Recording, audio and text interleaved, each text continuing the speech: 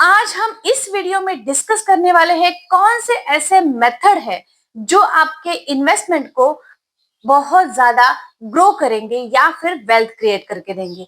हम लोग बहुत सारे ट्रेडिशनल वे भी यूज करते हैं जैसे fix deposit, FD, recurring deposit, RD या फिर नेशनल सर्टिफिकेट्स भी बना लेते हैं जो 5 साल बाद या फिर 10 साल बाद या फिर 15 साल बाद मैच्योर हो जाता है और काफी अच्छा पैसा हमें मिल जाता है। लेकिन क्या इतना ही सफिशिएंट है? ज्यादा पैसा भी ग्रो हो सकता है। कहीं ऐसे भी वेज है जो पैसा ज्यादा ग्रो करके दे सकते हैं या फिर हमें काफी ज्यादा परसेंटेज में रिटर्न मिल सकता है। तो इसके लिए आज जानेंगे डिटेल में इस वीडियो में। तो हेलो दोस्तों, मैं हूं शुभांगी नावड़कर, आपकी अपनी फाइनेंस कोच। और मैं तो यही मानती हूँ, लर्निंग बढ़ेगी तभी तो अर्निंग बढ़ेगी। दोस्तों, 4 टाइप ऑफ इन्वेस्टमेंट आज हम इस वीडियो में डिस्कस करने वाले हैं जो आपके पैसे को बहुत ज्यादा ग्रो करेंगे। तो इसके लिए विदाउट वेस्टिंग टाइम हम लोग वीडियो को शुरुआत करते हैं। तो फर्स्ट जो आता है वो है इक्विटी। इक्विटी मतलब शेयर मार्केट में जितने भी कंपनी लिस्टेड है उन कंपनी का ओनर बनना। मतलब अगर हम वहां पे किसी भी कंपनी का शेयर हम होल्ड करते हैं या फिर स्टॉक्स हम होल्ड करते हैं तो हम बाय डिफॉल्ट उस कंपनी के ओनर बन जाते हैं। अगर वो कंपनी ग्रो करती है तो हमारा पैसा भी ग्रो होता है, अगर वो कंपनी लॉस में जाती है तो हमारा पैसा भी लॉस में जाता है। लेकिन अगर हम निफ्टी या फिर इंडेक्स फंड में अगर हम इन्वेस्ट कर देते हैं तो इंडेक्स फंड में टॉप 50 कंपनी ऐसी रहती है कि साल में जिनका भी 50 ऐसी कंपनियां होती है जिनका टॉप परफॉर्मेंस रहा है या फिर जिन्होंने अच्छा खासा ग्रोथ दिखाया है, वही कंपनी सिर्फ इंडेक्स फंड में होती है। तो ये तो बहुत आसान है कि अगर हम इंडेक्स फंड में रेगुलरली इन्वेस्ट करें या फिर कहीं पे भी इक्विटी हम लोग होल्ड करें या फिर कोई भी कंपनी पे आप अगर बुलिश हो, मतलब अगर हम लोग ऐसे समझे कि टाटा तो बहुत अच्छा ग्रो करता है, अगर आप टाटा के शेयर्स ले सकते हो, मैंने ये सिर्फ एग्जांपल के लिए बताया। तो ऐसे करके अगर आप इक्विटी में शेयर्स डालते हो और अगर आप ये सोचते हो कि विद होराइजन की 10 साल बाद या फिर 20 साल बाद आप वो पैसा निकालोगे तो बहुत अच्छा खासा रिटर्न जनरेट हो सकता है। दूसरा जो टाइप आता है वो है म्यूचुअल फंड्स में। अब हम लोग क्या करते हैं, एफडी में या फिर आरडी में हम मंथली पैसा भी डालते हैं या फिर कहीं पे फिक्स डिपॉजिट भी रखते हैं। तो म्यूचुअल फंड में भी ये दोनों ऑप्शन रहते हैं। अगर आप चाहे तो वन टाइम लमसम अमाउंट भी डाल सकते हो या फिर आप एसआईपी भी कर सकते हो। सिस्टमेटिक इन्वेस्टमेंट प्लान, जितना आपके पास पैसा है उतना आप पैसा वहां पे इन्वेस्ट कर सकते हो। ये डाइवर्सिफाई भी कर सकते हो, मतलब कहीं पे भी आपको एक जगह पैसा नहीं डालना है, आपको वो अलग अलग सेक्टर के हिसाब से आपको वो इन्वेस्ट करना होता है। और अगर आपके पास मानो 50,000 आते हैं, 30,000 आते हैं या फिर 1 लाख आते हैं तो वो भी आप लमसम अमाउंट म्यूचुअल फंड्स में डाल सकते हो।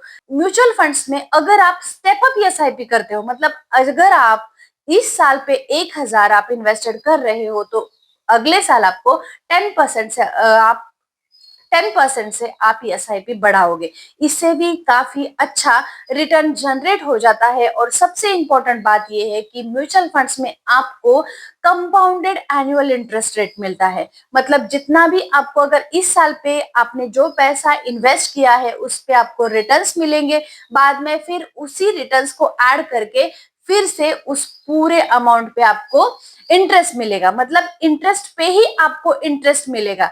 जैसे हमारे बैंकों द्वारा लोन के लिए किया जाता है वैसे ही एग्जैक्टली हमें शेयर मार्केट में, म्यूचुअल फंड में हमें कंपाउंड इंटरेस्ट मिलता है। और इस वजह से अगर आप एज्यूम करें कि हमें अगर 12 to 15% का भी इंटरेस्ट रेट पर ईयर मिलता है तो 10 साल बाद या फिर 15 साल बाद अच्छा खासा पैसा जनरेट हो जाता है।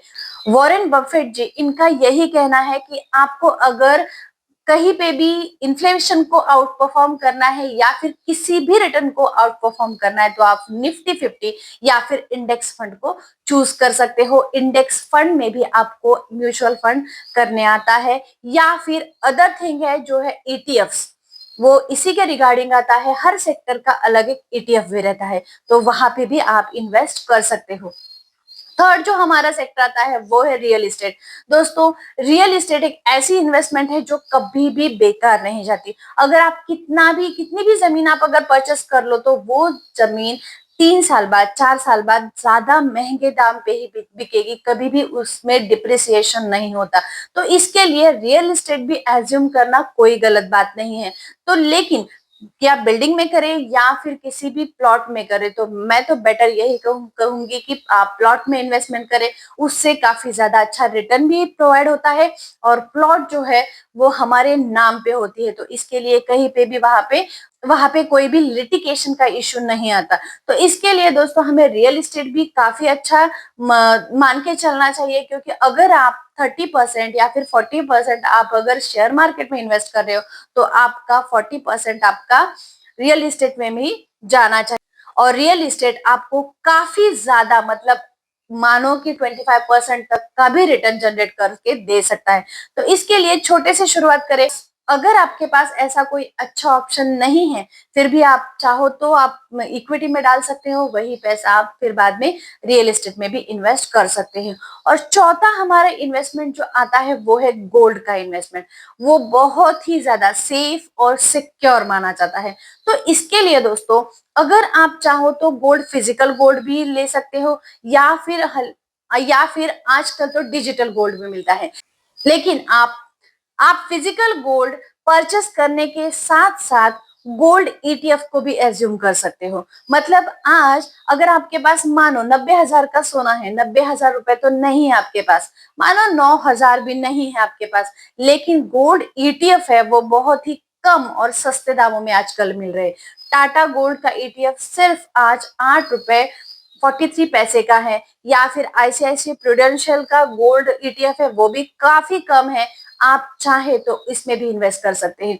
लेकिन गोल्ड काफी आने वाले दिनों में बहुत ज्यादा रिटर्न प्रोड्यूस करके दे सकता है, तो इसके लिए आप वो गोल्ड ईटीएफ आप परचेस कर सकते हो, जब चाहे तब आप वो बेच सकते हो। तो इसके लिए दोस्तों ये 4 जो टाइप है वो इन्वेस्टमेंट, वो आपके पैसे को अच्छा खासा ग्रोथ दिलाएंगे और बहुत अच्छा वेल्थ क्रिएट करके दे सकते। आई होप दोस्तों ये आपको वीडियो पसंद आया हो, और आपके खुद के इन्वेस्टमेंट एसेट्स कैसे हैं ये मुझे कमेंट करके जरूर बताएं।